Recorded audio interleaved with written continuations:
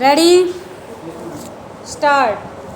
If you scan the history of the railways in this country, you will see that it was the presidency towns Bombay, Madras and Calcutta that determined the pattern of our railways as well as of our industrial and economic growth. Stop.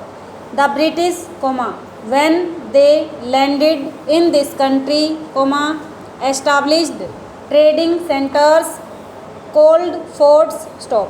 In China, it was Fort St. George.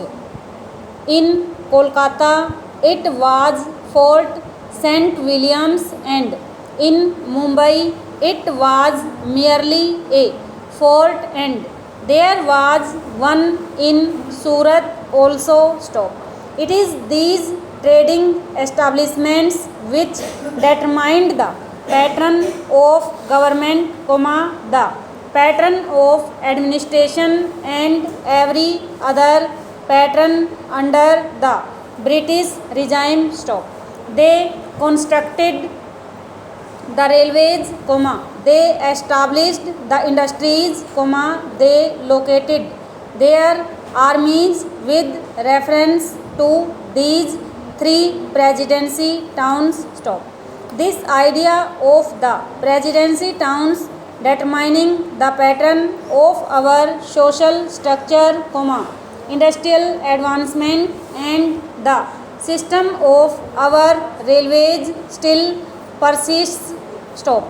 That is the mental lag that is hampering the vision of the Planning Commission, the Railway Board and the Railway Ministry. Stop. Stanza. Sir, once I happened to travel from London to Rome by train. Stop.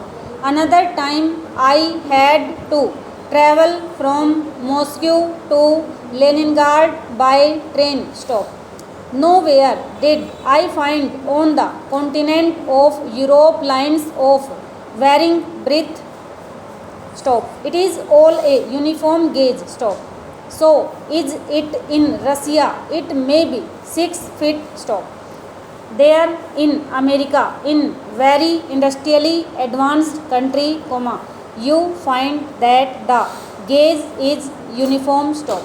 This very country which ruled us, namely, the United Kingdom, had inside its border a uniform gauge, but they inflicted 3 systems of gauge on India. Stop.